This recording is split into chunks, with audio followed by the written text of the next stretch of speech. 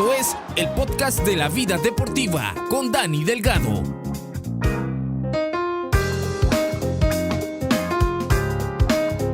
Muy bien, mi gente, ¿qué tal? Una vez más aquí con su podcast favorito de la vida deportiva con Dani Delgado. Y vamos hoy con las efemérides, que había tiempo que no tenían un par de efemérides, y me refiero a sucesos muy importantes que ocurrieron en diferentes facetas del deporte, diferentes atletas, y que hoy en día se recuerdan porque esto está en la historia de cada deporte. Por ejemplo, hoy vamos a comentar algo del béisbol. Hay dos atletas, dos peloteros, que están envueltos en esto, y para beneficio de aquellas personas jóvenes que sí fueron testigos de la odisea de uno de estos peloteros recientemente, pero que no saben del pasado porque no habían nacido y no saben del pasado de que alguien más había hecho esta odisea también. Y para los que vieron y vivieron esta odisea, ya los más viejitos, pues le refrescamos la memoria una vez más, ¿entiende? Y ellos como que se transportan ese tiempo cuando sucedió lo que sucedió, el momento clave. Y para eso estamos. Bueno, vamos a hablar de lo que hizo Shohei Ohtani, o una de las cosas que ha hecho brillantes en el béisbol aquí en Estados Unidos, Shohei Ohtani. Usted sabe que Ohtani, pues, desde luego, ha hecho tantas proezas en el béisbol de Estados Unidos. Un bateador recio de poder, jonronero, un lanzador espectacular.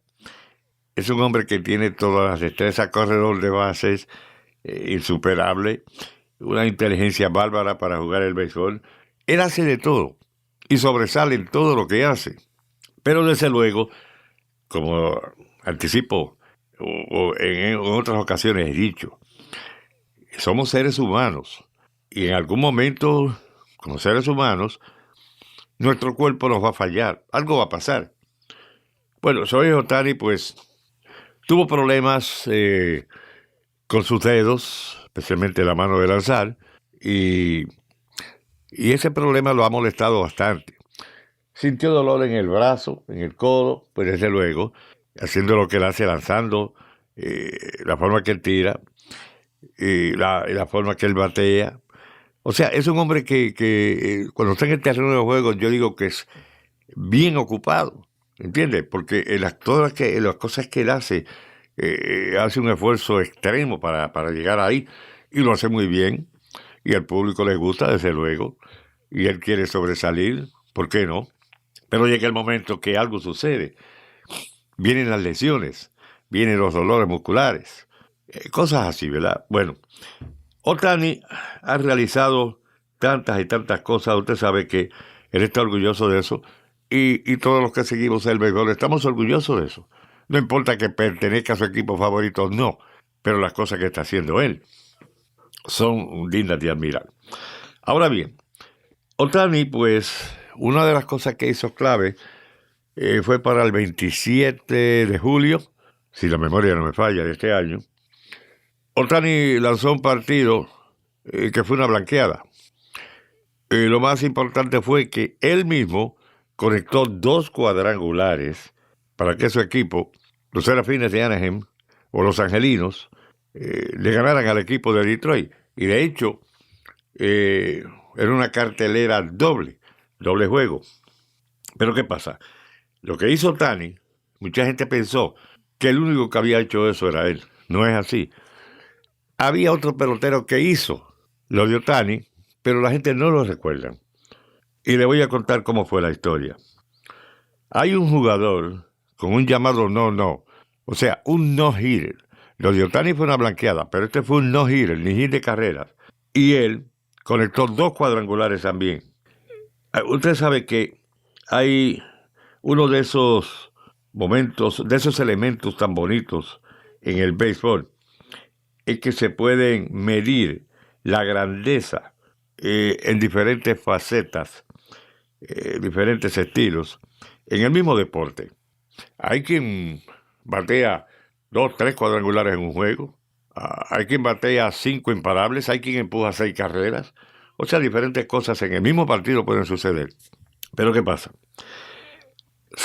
La historia pues nos recuerda a nosotros que hay cosas que se pueden imitar en los deportes y en el béisbol, como lo que hizo Ohtani. Ohtani imitó a alguien anteriormente que él, desde luego. Esto nos dejó a nosotros como un poco perplejos, ¿verdad? En ver las cosas que Ohtani ha hecho. Pero entonces vamos más atrás, a ver quién lo hizo primero que Ohtani. Resulta que Ohtani se convierte de esta forma en el segundo jugador en la historia de la Liga Nacional y la Liga Americana. Vamos a hablar desde 1900, ¿verdad? Hablando desde 1900, que permitió un imparable o menos de un imparable en un juego donde lanzó una blanqueada y que conectó 2 cuadrangulares. El lanzador Ohtani lo hizo. Muy bien. En el partido número 1, primer partido, del doble choque de los Serafines de Anaheim y los Tigres del Detroit que se celebró en el Comerica Park, Ohtani lanzó el primer partido completo de su carrera, limitando a los Tigres del Detroit a solamente un imparable en una victoria de blanqueada 6-0. Una hora más tarde, él conectó el primero de 2 cuadrangulares para ayudar a los Halos, a su equipo de California, a vencer 11-4 a los Tigres del Detroit y coparles el doble juego. Fue magnífico eso, fue historia, ¿verdad? Pero el único hombre que ha permitido un imparable o menos de un imparable en la lomita, mientras conectaban también 2 cuadrangulares, estaba en una obra de caridad, casualmente, el 27 de julio pasado, de este año. Estaba haciendo una obra de caridad, mientras Ohtani hacía como una especie de obra de historia en el béisbol, la misma tarde. Pero cuando esta persona llegó a su casa, y estoy hablando de un hombre ya de 77 años, y puso SportsCenter, y ahí se enteró de la odisea de Ohtani, él sonrió, pero él dijo, todavía tengo unos puntos al frente de él. Pero estaba contento porque Ohtani realizó esa odisea ahí, ¿no? Bueno, resulta que este hombre, de nombre Rick Wise, 77 años, hace 52 años que él hizo historia porque él lanzó partidos sin hit ni carrera y conectó 2 cuadrangulares para ayudar a su propia causa. Y lo hizo contra el equipo de Cincinnati. Rick Wise lanzaba para el equipo de los Phillies. Estoy hablando ya hace 52 años atrás que él hizo esta historia en el béisbol. Primero que Ohtani. Pues muy bien.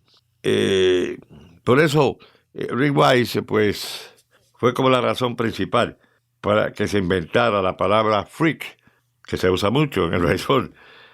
Bueno, 52 años atrás, cuando hizo él lo inesperado, y que hasta el día de hoy todavía nadie lo ha hecho, porque, vuelvo a repetir, Ohtani lanzó una blanqueada, pero Rick Wise fue un no-hitter, a la misma vez que conectaba también 2 cuadrangulares.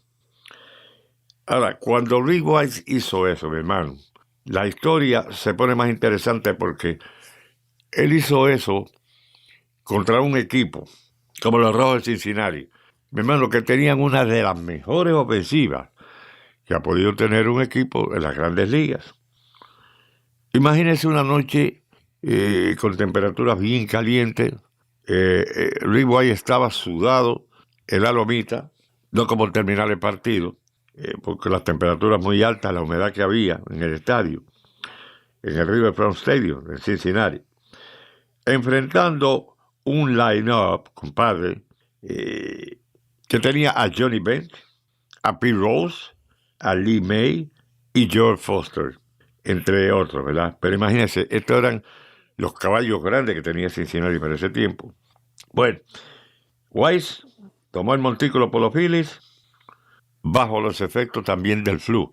Él había tenido el flu, pero él quiso hacer esa salida, porque con todo el flu dijo, yo voy a lanzar.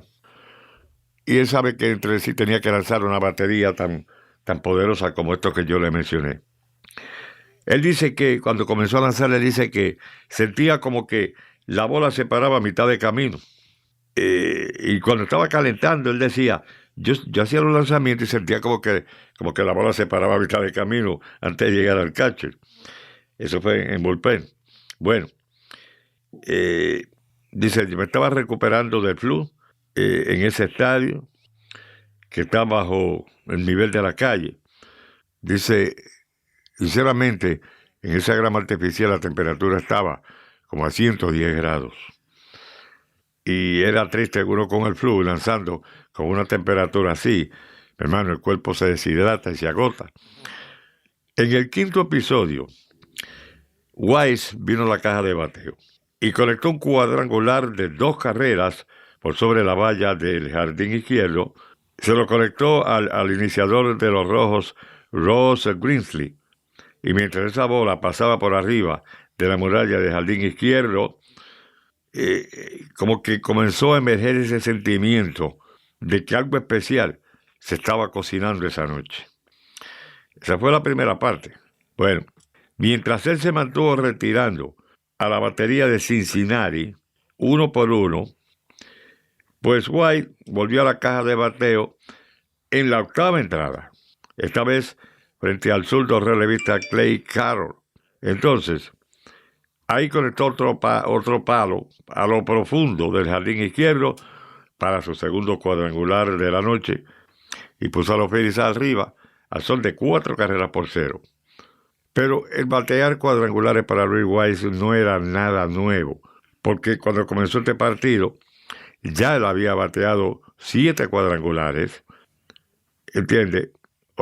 Y esos 12 de los Rojos de Cincinnati fueron los que lo llevaron a él en la historia, porque había conectado 7, pero estos, y frente a una maquinaria como la que le mencioné antes, que incluía a Pete Rose, el campeón de imparables, a Johnny Bench, a Lee May, usted sabe, esto no es nada fácil. Bueno, él no estaba tan familiarizado, sin embargo, se dio cuenta que él tenía una gran oportunidad de lanzar un no-hitter esa noche. Después que trabajó una entrada, la entrada número 8 perfecta, ponchó entonces a Jimmy Stewart y entonces hizo que Ty Klein conectara un rodado a la segunda base y Wise cubriendo la primera base en el 9º episodio. ¿Qué pasó? 2 outs, estamos en la 9ª entrada, pero ¿quién viene al plato? Mr. Pete Rose. ¡Wow! Al enfrentar a Pete Rose, ya las cosas cambian. Los pensamientos no son iguales. Estás enfrentando al hombre que más hits había conectado en la historia del béisbol. Pete Rose. No era fácil, a pesar de que no tenía nadie en base, pero Pete Rose era como decir, es casi seguro que viene un imparable. O puede ser un triple, un doble, un sencillo, un cuadrangular, lo que sea. Pero el hombre es muy efectivo. Entonces, al traer a Pete Rose a la caja de bateo, ese era lo único que estaba entre Rick Wise y la historia, era Pete Rose. Sinceramente. Porque si él salía de Pete Rose, era historia completa. Pero si Rose le conectaba a un imparable, entonces, pues Ohtani igualaba lo que él hizo. Una blanqueada con 2 cuadrangulares. Pero no era un no-hitter. Bueno, Pete Rose sabía lo que había por el medio y trató de dar su imparable. Porque claro está, usted está parado en la lomita y la última persona que usted quiere ver parado en el plato es Pete Rose. Pero Wise no tenía otra alternativa, había que lanzarle a Pete Rose. Y Rose conectó una línea fulminante por la tercera base y como por medio segundo el corazón comenzó a palpitar bien duro, porque era el momento de la historia y estaba a punto de romperse ese momento. Pero ¿qué pasó? Por suerte, la bola se quedó en el guante del tercera base John Buckovich. Y ahí Pete Rose fue fuera. Ahí se completó la historia, que todavía no se ha empatado hasta estas alturas en las grandes ligas. Y cuando digo que no se ha empatado es por el llamado no-hitter. ¿Entiendes? Acuérdense que le sigo mencionando que Ohtani dio una blanqueada, pero no fue un no-hitter. Y conectó los 2 cuadrangulares. En el caso de Weiss, pues ya sabe que fue un no-hitter. Y los 2 cuadrangulares. Bueno, dando un vistazo atrás al pasado, pues Weiss es un hombre que siempre se ha considerado como de mucha suerte. Está contento por haber hecho algo en la historia del béisbol. Se siente orgulloso de lo que pasó esa noche en Cincinnati.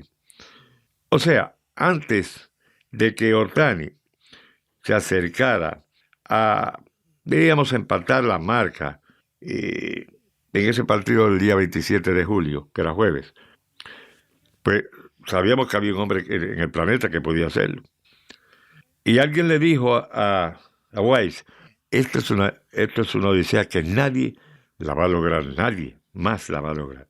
Y ahora que tenemos un bateador designado, ¿entiendes? Porque ya el lanzador pues no batea, y en ambas ligas está el designado. Entonces yo me imagino que nadie lo va a lograr porque no va a batear el lanzador, o de la única forma, y no se va a lograr, porque de la única forma que traigan un lanzador a batear de emergente por alguien, pues puede ser que quede un cuadrangular, pero inmediatamente tienen que sacarlo de juego, porque no comenzó a lanzar, es una. Vino de emergente en esa entrada nada más, porque si no lo van a sacar, entonces tienen que ponerlo a lanzar. O sea que es difícil que esto se vuelva a repetir en la historia. De verdad que yo pienso que es así. Son cosas grandes que suceden, y debido a cómo está estructurado el béisbol, pues digo que esta historia como que no se va a repetir así porque sí. Porque los lanzadores ahora casi, o sea, no batean por esto del bateador designado. Y estamos hablando en tiempos de que, Ohtani lo hizo porque Ohtani era lanzador esa noche, ¿entiendes? Entonces, pero Weiss era lanzador esa noche. En los tiempos de Weiss no había un designado en la Liga Nacional, o sea que el lanzador tenía que por obligación consumir su turno al bate. Ohtani ha tenido días muy buenos, y como dijo Rick Weiss, Ohtani ha tenido momentos sumamente interesantes en el béisbol. Están ahí, todo el mundo es testigo de eso. Pero lo que él hizo, lo hizo en 2 partidos. Y yo hice mi historia en un solo juego. Lanzando el no-hitter y conectando los 2 cuadrangulares. Ohtani lo hizo en 2 partidos. O sea que se considera que todavía Rick Weiss está al frente en la historia. ¿Qué le parece? Interesante esto, ¿no? Por si acaso aquellos que no sabían que sí había una persona que había hecho lo mismo que Ohtani y que estaba callado ahí. Nadie decía nada, pero está puesto en la historia. Y tarde o temprano, pues, se iba a recordar de esto a la gente que no lo sabía, o sea, que lo sabían, que vivieron esos momentos, y aquellos que no lo sabían porque son muy jóvenes y no estaban nacidos todavía para ver esta historia desarrollarse en el béisbol. Pero ahora lo saben. A veces el béisbol, hermano, trae cosas tan interesantes y cosas que pasaron desde hace tantos años, pero que yo digo son interesantes porque cuando de momento la gente se detiene a pensar en estas cosas, se pone como que dicen, esto es interesante. Caray, yo tantas veces que oí esto y nunca le puse mucha atención. Pero sí, son momentos interesantes que se recuerdan después que pasa el tiempo, los años, como que uno le da por volver atrás, darle vuelta al reloj y ir atrás a los momentos históricos. Y entonces uno como que se sorprende y dice, wow, esto sucedió de esta forma. Y digo, si hay reportes escritos, como que los lee 2 y 3 veces. 2 y 3 veces lo lee, porque le interesó esa historia. Y por eso es que a veces, pues, yo me doy a la tarea de buscar estas informaciones para recordarle a la gente las cosas que pasaron en el béisbol hace tantos años atrás. Y como le digo, para refrescar la memoria de aquellos que sí vivieron esos momentos hace tantos años. Y los años ya han pasado y han pasado y han pasado. Y ahora como que reviven. Y dice, voy a darle vuelta al reloj, voy a esos tiempos atrás que pasaron tantos años. Como este caso de Ray White, 52 años. Es buena la historia. No sé, para mí, a mí me gusta siempre ir bien atrás de la historia. Inclusive, historia en el deporte cuando yo ni había nacido. Y yo digo, pero uno se entera, ¿no? Y es bueno eso, y eso es bueno todavía para la gente que no había nacido cuando sucedieron estas cosas tan grandes. Bueno, señores, este es el mundo deportivo, compadre, que tiene muchas sorpresas, de verdad que sí. De verdad que sí. Estaba buscando otras informaciones de la historia del béisbol, desde luego. Y son muchas las anécdotas que han sucedido. De verdad que sí. Entonces que pues comienza uno a ver por dónde empiezo, cuál de estas traigo a colación, ¿entiende? Para ver cuál le interesa a la gente, ¿entiende? Cosas así, importantes. Bueno, ustedes saben que hemos perdido muchas estrellas en el deporte del béisbol. De verdad que sí. Hemos tenido muchas estrellas que hemos perdido en el béisbol y son gente de verdad que hicieron tanto y tanto por este deporte, establecieron récords, tienen sus hazañas y bueno, por eso es que las recordamos, ¿verdad? Entonces, pues, a veces con tanta pena, pues, tenemos qué sé yo, como recordar estas cosas, aunque a veces uno no quiere recordar los momentos malos, pero desde luego, pues, son cosas que vienen así, hay que recordarlos, ¿se entiende?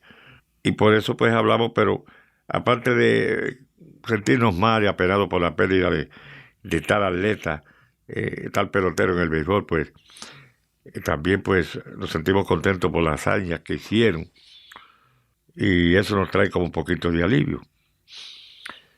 Digo del béisbol porque también en otros deportes, hermano, pues también ha sido interesante.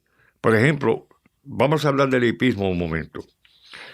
Fíjense, en el hipismo han sucedido cosas que estos puras sangres han hecho historia que a veces uno se pregunta cómo es posible que esto haya pasado. Cada deporte tiene su historia. Cada deporte tiene su figura que sobresale. Ya hablé en el béisbol, ¿verdad? En el hipismo, fíjense que hablé de Citation, hablé de Secretariat, que para mí fue el mejor pura sangre de carreras que haya vivido. No sé, en el mundo entero, diríamos. Y mire que han habido muchos buenos en el mundo completo. Secretariat tiene una historia, mi hermano, que eso es increíble. Ahora bien, voy a hablar de John Henry. Fíjese, John Henry era un caballo que no tenía una alzada, cuando digo alzada era como una estatura, que no parecía un ejemplar de carreras, pura sangre de carreras. Era pequeño. Y John Henry fue puesto en esto de reclamos. Corrió en $16,000, un reclamo bajo, ínfimo, y nadie lo compró. Nadie lo compró. Porque cuando usted miraba a John Henry al lado de los demás ejemplares, es que no parecía un caballo de carreras. Mucho menos parecía un caballo que tenía las cualidades para ser un gran ejemplar de carrera, un gran pura sangre. No presentaba nada de eso. Entonces le pusieron un reclamo de $16,000. La primera vez, 16,500 para ser más exacto, $16,500. Nadie lo compró, nadie. Eh, Luego alguien pagó $1,100 por este ejemplar, porque alguien dijo, bueno, me estoy fijando que este caballo viene otra vez a la subasta y nadie ni pagan 16,500, ni pagan 16,000 pesos, un reclamo, lo ponen en la subasta y nadie lo mira. Bueno, esta persona decidió emplear 1,100 pesos. Cuando pasó John Henry la subasta, pues nadie ofrecía nada. Entonces, cuando hablaron de 1,100 pesos, pues me levantó la mano y dijo que estaba dispuesto a comprarlo. Pues, pum, dieron el martillazo, pum, sellaron la venta de John Henry. $1,500.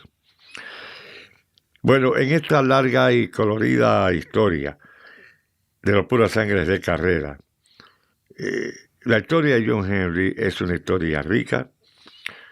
Yo digo que es como una historia que le calienta el corazón a uno, ¿verdad? Ahora bien, hay muy pocos que pueden, sinceramente, digamos, como asemejar la historia de John Henry, porque es una historia, ¿verdad?, de empezar de la nada, de cero, hacer un caballo que hizo rico a los dueños, al dueño. En una carrera que comenzó desde 1977 hasta 1984, el galán, como le decían a este ejemplar, un ejemplar castrado, corrió un total de 83 ocasiones. Se desarrolló desde un caballo reclamable, un claimer, hasta un caballo que fue reconocido como el caballo del año en 2 ocasiones. Ganó 17 carreras grado 1 durante un periodo de 8 años, donde lo vimos salir de los $1,100 que pagó su dueño a correr en clásicos, que son carreras no reclamables, carreras millonarias. Esta es una historia muy digna del deporte, señores, por eso mismo. Primeramente ganó 39 carreras y marcó, bueno, hizo una marca, ¿verdad?, como el ejemplar más ganador en dinero, que pasó la marca de $6,597,947. Cada centavo de estas ganancias vino antes de la introducción de la llamada Copa Criadores, el Breeders' Cup, que se celebra ahora, y que tiene millones de dólares en premios. John Henry corrió en 19 pistas diferentes, o sea, era un trotamundo, incluyendo una que fue a Japón a correr en Japón. Se convirtió en el caballo más querido de esta era, en una carrera que, sinceramente, estuvo marcada por logros, y por eso este caballo, pues, se convirtió en una figura legendaria del hipismo. Caballo, futuro campeón, miembro del Salón de la Fama. John Henry salió de la nada, hasta colocarse los primeros planos del hipismo a nivel mundial, no solamente en Estados Unidos, a nivel mundial. Era una figura oscura, desde luego. Este hombre pagó $1,100, $1,300, $1,100, qué sé yo, con los bonos, sí. Bueno, pero después vino una persona y pagó $900, o sea, mucho menos de lo que había pagado el dueño anterior. Bueno, el hijo de Double J, en la yegua Once Double, se convirtió en la figura pública más grande de esa época. Y el pedigrí, ¿verdad?, pues las líneas de sangre tampoco eran muy sobresalientes, que es una de las cosas que la gente va buscando cuando van a una subasta a comprar ejemplares. Buscan las líneas de sangre, de dónde proviene este ejemplar. Ya le dije que era un caballo con una estampa que no parecía un caballo de carreras, era pequeño. Usualmente los caballos de estampa buena para correr son de 16 manos, así que se mire el ejemplar. Pero John Henry no llegaba ahí, de verdad que no llegaba. Y Bueno, él comenzó por ahí en 1976 y en el 77 fue oficialmente cuando él entró a una carrera de Maiden, como los demás en Keeneland, y fue en el mes de enero. También estuvo envuelto en Keeneland en una de las ventas. Casualmente el día que lo llevaron para la venta, para exhibirlo, para esa subasta, se había dado un golpe en la cabeza y estaba manando sangre cuando lo presentaron al público. Entonces llegó ahí John Calloway y fue el que pagó los $1,100 por el caballo, ya que nadie lo había reclamado y nadie daba nada de la subasta por él, entonces él decidió pues pagar los $1,100. Ahí la historia entró al libro de récord como Sports Illustrated, la revista. Y bueno, Calloway pues tuvo al potro ahí por un periodo de tiempo corto, pero vio como algo que le dio como una fe a él de que este caballo podía correr y por lo menos ganar un par de carreras que él pudiera sacar la cantidad de dinero que gastó en el caballo.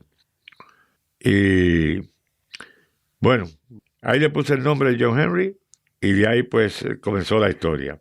Cuando debutó John Henry, entonces él le puso este nombre en honor a un hombre que estaba muy ligado a la industria del acero por aquel entonces. Y el hombre que era un negociante, ¿verdad? Y estaba presidiendo una compañía que bregaba con el acero. Entonces Calloway, pues, le puse el nombre así, John Henry, tal y como era el propietario de esta compañía. Bueno, como dije, Calloway eventualmente entró al caballo antes de correr en otra de las ventas. Entonces fue comprado por Harold Snowden por $2,200. Ni el vendedor ni el comprador tenían idea de lo grande que este caballo iba a ser en el hipismo. Ninguno de los dos. Pero aún así, pues se realizó la venta. Calloway dice, cuando yo lo vendí, me acuerdo yo que estaba como 10 grados bajo cero la temperatura. No había nadie en el lugar exactamente a la hora de la venta. Esto lo dijo Calloway le hicieron una entrevista en un diario de Lexington, el Lexington Herald Leader, durante 1980. Nadie sabía la habilidad que tenía este caballo. Un caballo fantasma. Nadie sabía nada. Ni el que lo compró, ni el que lo vendió. Pero bueno, se realizó la venta. Vamos a probar qué pasa. Si hay suerte o no hay suerte. No sabemos nada de él. Primera carrera, donde debutó siendo Maiden, una carrera de 4 fulones en el hipódromo de Jefferson Downs, la cual ganó John Henry. Primera carrera y la ganó 4 fulones, 800 metros. De ahí corrió 3 veces más y perdió las 3 carreras que siguieron. Entonces lo traen de vuelta a una carrera en Allowance, en el hipódromo de Evangeline Downs, en Luisiana. Y 2 carreras más tarde capturó el clásico Lafayette Futurity, primer clásico que gana. Eso de ahí fue de ahí vino como el despegue de él, el impulso, ¿entiendes? Después de ganar esa carrera clásica. Claro, Lafayette Futurity pues no es una carrera de tanto y tanto mérito, ¿verdad? Pero era un clásico. Y para un ejemplar que venía únicamente de ganar una carrera, romper el Maiden, pues era algo atractivo, ¿verdad?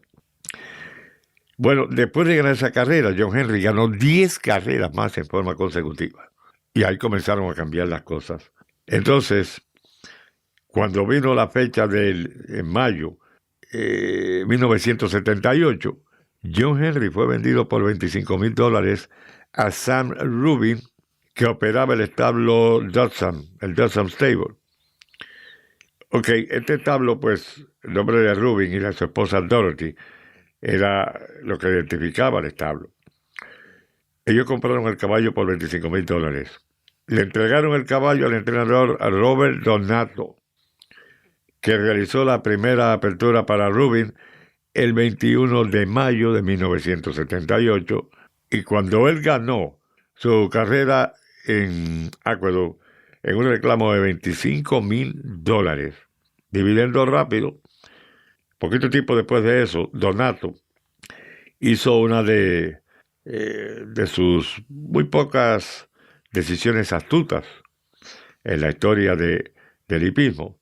Donato creyó que John Henry tenía un futuro en la grama en vez de la tierra y lo inscribió para correr en Belmont Park, Nueva York, en una carrera en la grama para reclamables con premio de $35,000.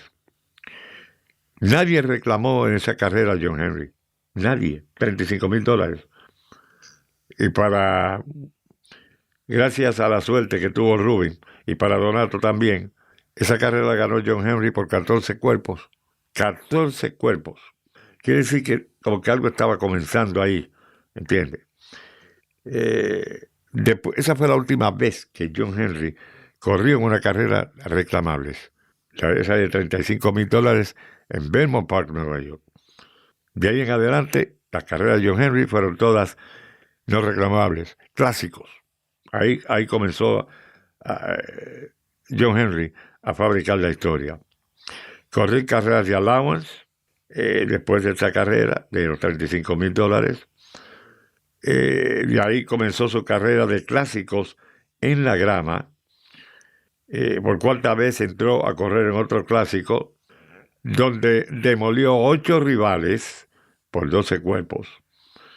Carrera de grado 3, el Round Table Handicap, que se corrió en Arlington Park, en Illinois. Y de ahí la historia tomó otro paso más, otro escalón más hacia la fama. El próximo año 1979, John Henry fue transferido al entrenador B.J. Lefty Nicholson y terminando ese año, lo enviaron a California.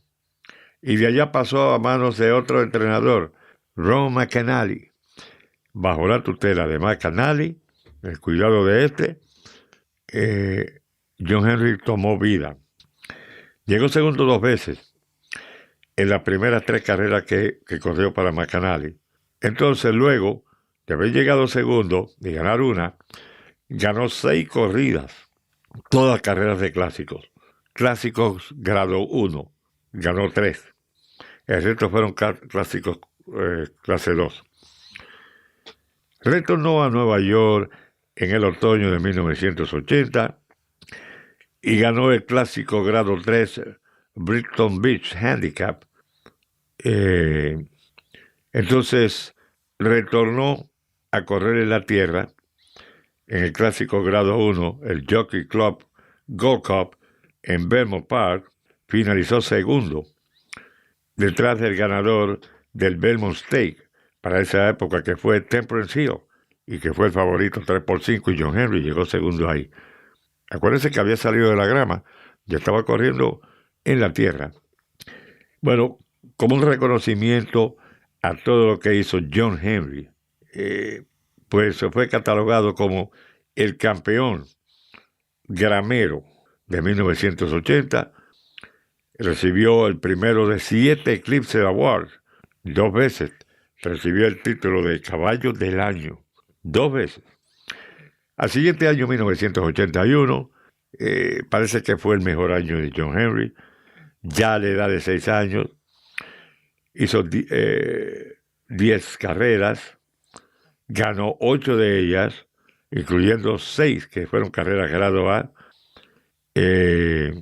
Como le dije, el Jockey Club Gold Cup prevaleció con una cabeza en la raya frente a un caballo que era antes un claimer, como Pete Moss.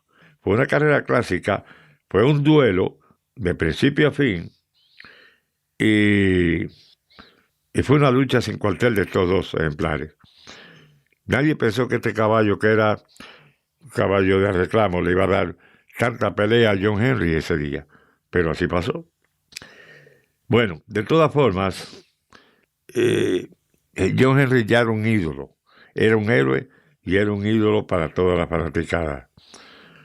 La gente en Arlington Park, allá en Illinois, estuvieron muy atentos al desarrollo de este ejemplar y lo quería mucho. Y mucha gente, pues, se sintió muy triste cuando fue sacado de ahí y fue llevado a California.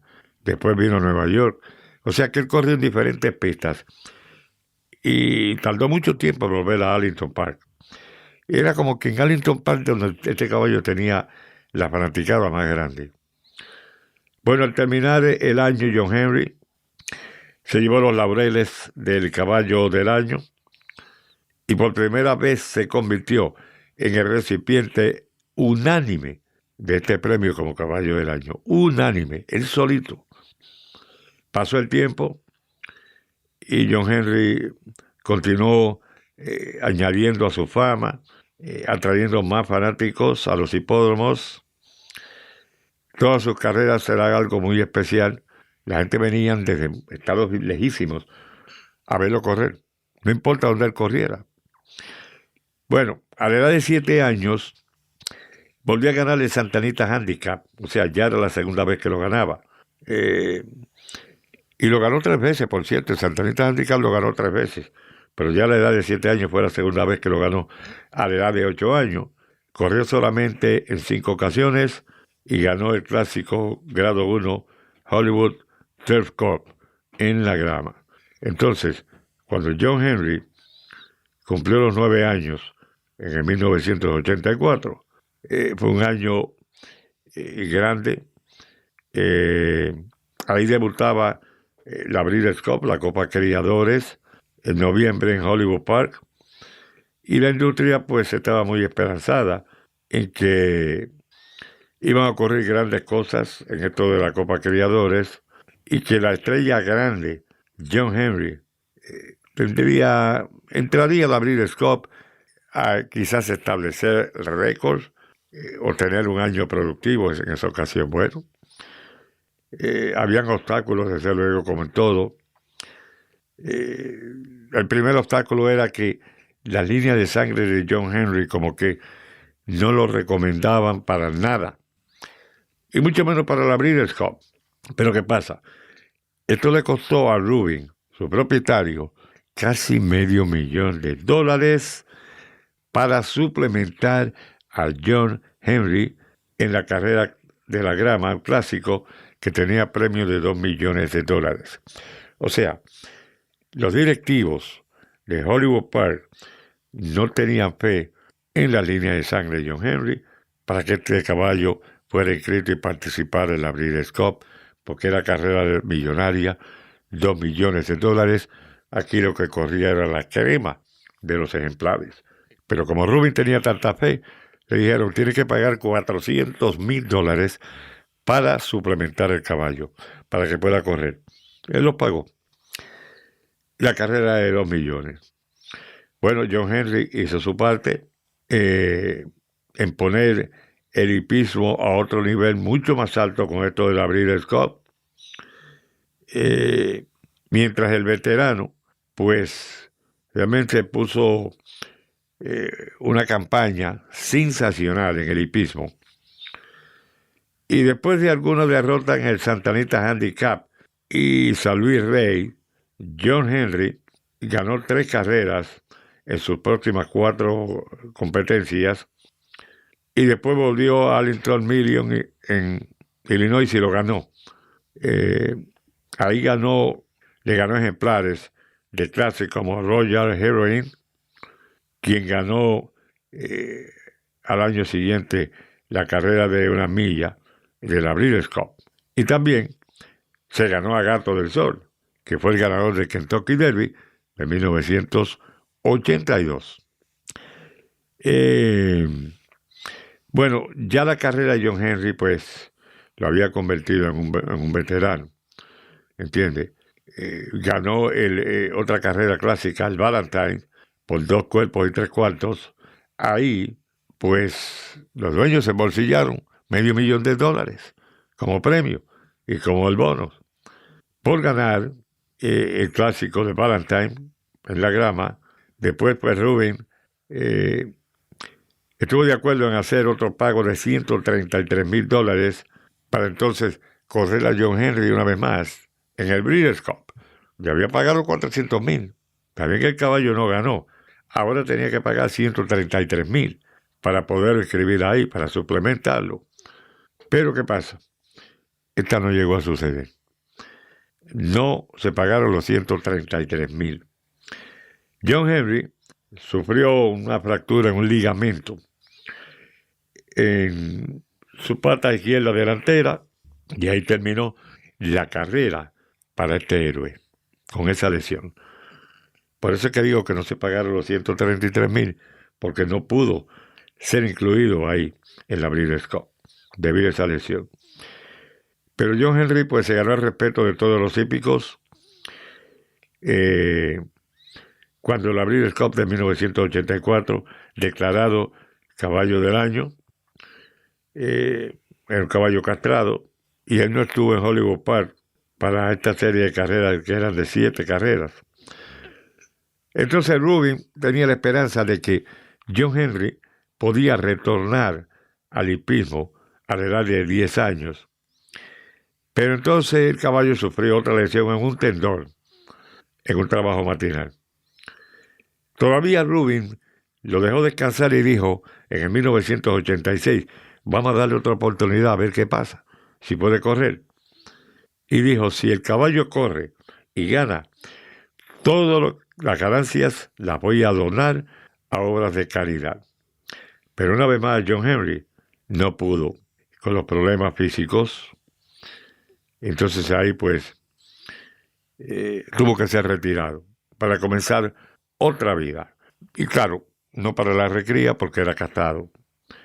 Entonces pues lo enviaron a una finca para pasar sus últimos días. Pero ya la historia de John Henry estaba escrita y reescrita.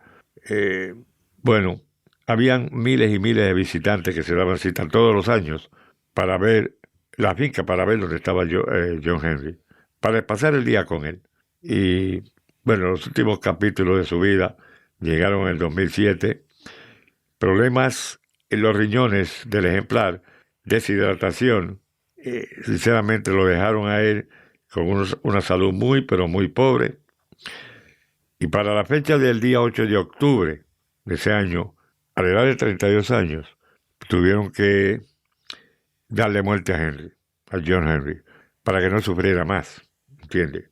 Y ahí pues fue un final, como un final trágico por un lado, porque claro, ya no hay más John Henry, pero el caballo tenía unas condiciones de salud demasiado críticas y estaba sufriendo tanto que ellos decidieron, vamos a ponerlo a dormir, para que no sufra más.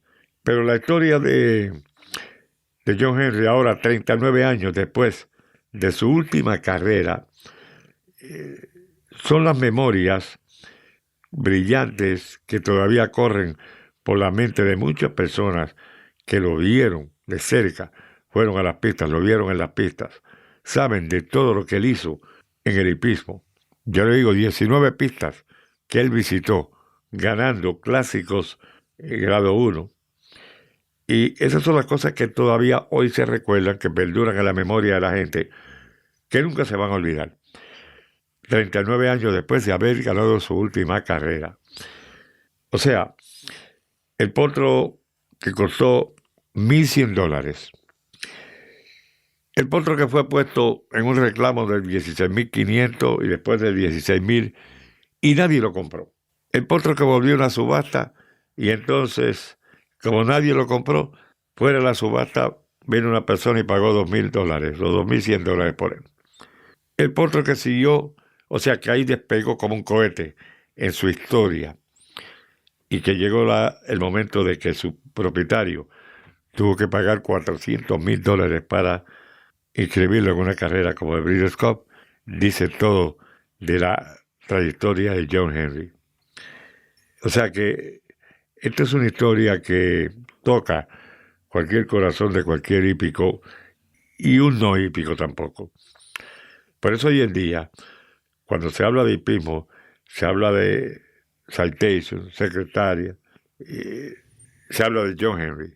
Es lógico que tenga que hablarse de John Henry, porque es como pensar, como un ejemplar, que alguien paga $1,100, que nadie lo quiere en un reclamo de $16,000 barato, se convierta en un héroe, gana más de $7 millones para sus dueños, estableció cuántos récord había, entiende, 83 carreras, y bueno, las lesiones pues es como todo, ¿verdad? Las lesiones pues marcaron el final de John Henry hasta el momento que tuvieron que ponerlo a dormir para evitar el sufrimiento.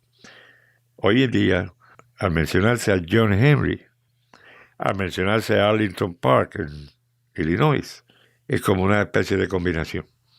De ahí yo digo que fue que comenzó a formarse la historia de John Henry en Arlington Park. Bueno, señores, en la próxima ocasión tendremos que hablar de otros atletas, de otras efemérides, momentos agradables, otros deportes. Espero que se mantengan ahí pendientes porque eso va a venir pronto.